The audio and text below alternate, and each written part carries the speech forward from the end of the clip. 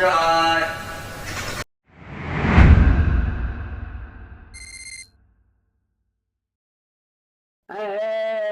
It doesn't make sense to me, dude. Sean here, and apparently the goblin's at it again, and apparently it's the same old, they said they were of age, and then after I talked to them, they said they weren't of age, and then I found out they were a dude. He was probably more disappointed that it wasn't an underage kid, that was a boy. I still think he's a virgin. You never convinced me he isn't a virgin. I don't think he found the right hole. It's my opinion. That's a fat roll, Chance. I don't care, baby. I'm still going for it. Well, Chance, if you look at it and you faff it, it's the same thing. All right, I'm no longer a virgin. This needs to be handled with care. If there's evidence, and I'm assuming there is, otherwise he wouldn't have come on for 30 to 45 minutes rambling about having all the proof and never showing any of it, much like his world records. I've got all the proof in the world, but I'm not going to show it to you. This is different, and this has to be handled different. And there are people like myself who have influential contacts in Ohio. I don't have them in Akron, but in this case, it's not going to fucking matter if I decide to touch the poop. Much like the MMA community, police officer community, tight-knit. I'm sure they work together often, and if they're high enough rank, like the person I'm speaking of, they can just pass that information on. I don't know about the legalities. I don't give a shit. It needs to be typed up. It needs to be pretty. It needs to be in a easy-to-read format, and in some kind... When I say format, I mean like a report, a formal report with the evidence. And it can't be one of the trolls that he names all the time. It would have to be a real name. And shit, my YouTube name is my real name. Like I said, I don't know if I want to touch the poop, but this is different. And I think anybody in the pornography community, if they had this proof, solid evidence, wouldn't have a problem calling the cops. This is my name. This is all the contact info you need, and I will help you however you need it. And then they become a liaison to the community, to reliable people who have real evidence. And with Chance, even though it's a no-sting state, it doesn't matter. Hold on, let me do it like him. It doesn't matter. Because, anyway, it doesn't matter if you've got enough probable cause to give to them and say, look, this is happening over and over and over again. And even on a tight, lockdown Facebook group, he's still talking to people he thinks are underage. And he believes he's untouchable. And this is going to keep happening. And eventually, he's going to get a toy.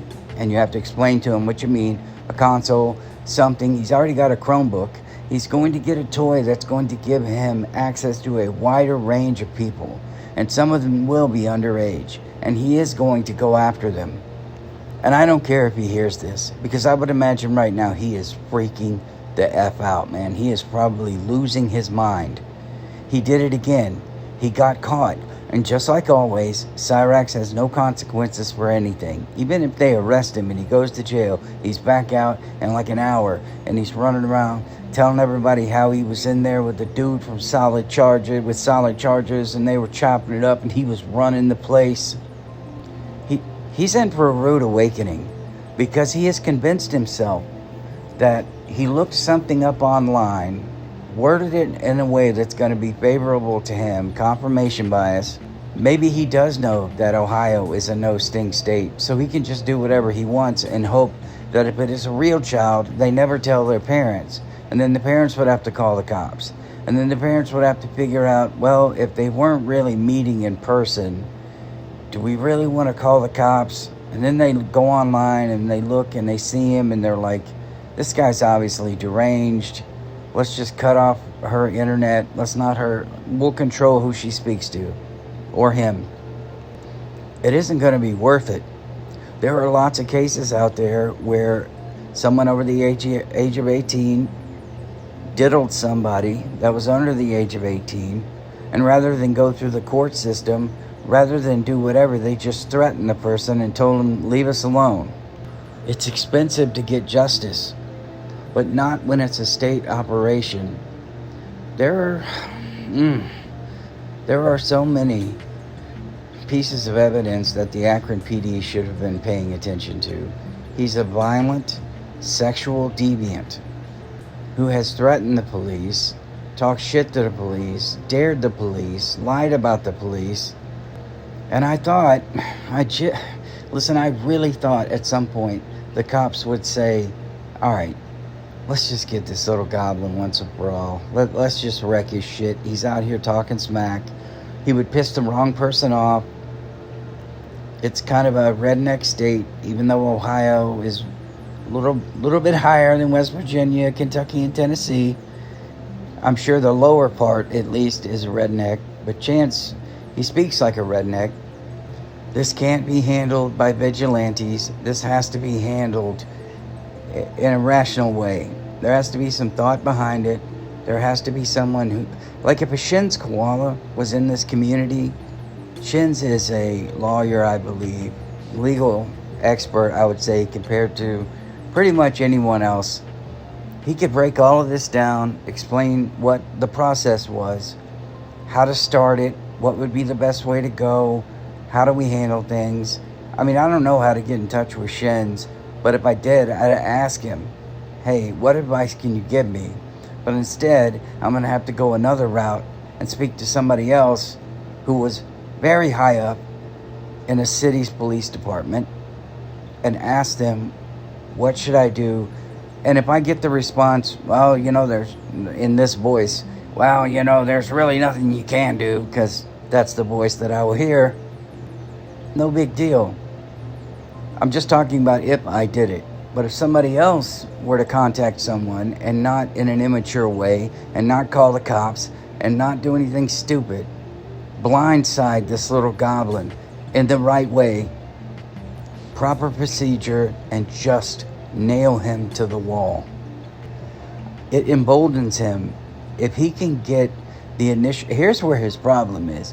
If he were to get caught, if charges were to be brought up against him, but there was a lengthy period between when that happened and when he would actually have to go to court, and he didn't go to jail, he would just start doing it again after a couple months. Well, they've obviously forgot about me. He'd probably be calling the cops every 5 seconds. Because you know how he freaks out. Look at him right now. He's online making these videos. He would call the cops over and over. I need to talk. I need to tell them about, it was William Gloryhole and N-Word Boy and this guy, Music Biz Marty. I need to ask, well, they obviously set up the sting. We saw something like this on To Catch a Predator in the interviews, but also in court. Your Honor, I was told that the girl was actually over 18 that I spoke to, and that's Chance's main defense. If he spoke to a defense lawyer, maybe they could get them on some loopholes or whatever. Maybe they could make a plea deal. But if Chance gets in the courtroom, we know what's going to happen. He's going to be yelling and screaming.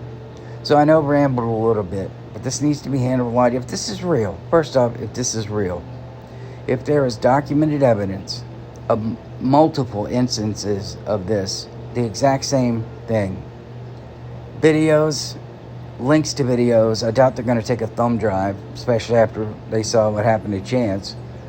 Links to videos after you reached out with the initial contact, links to videos, and just start feeding them. Even if you have to drip feed them the information, let them digest it and process it, and then hopefully say, look, here we just got to do this.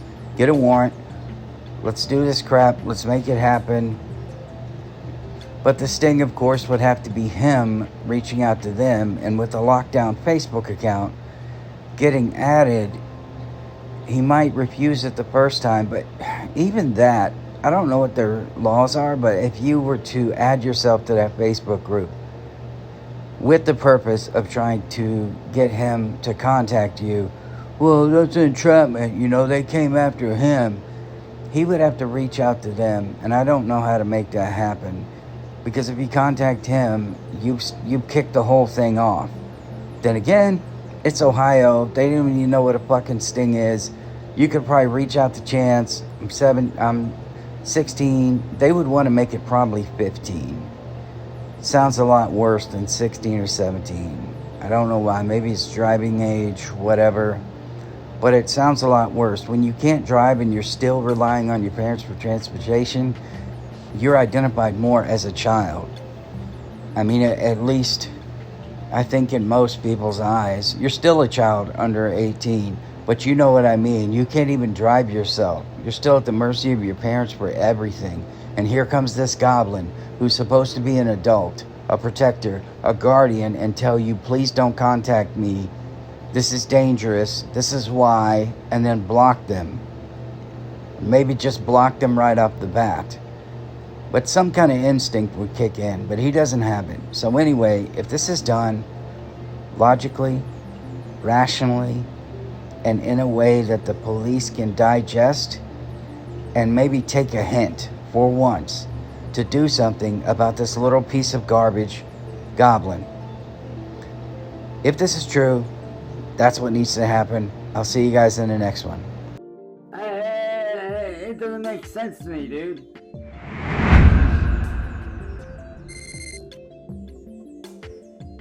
Oh,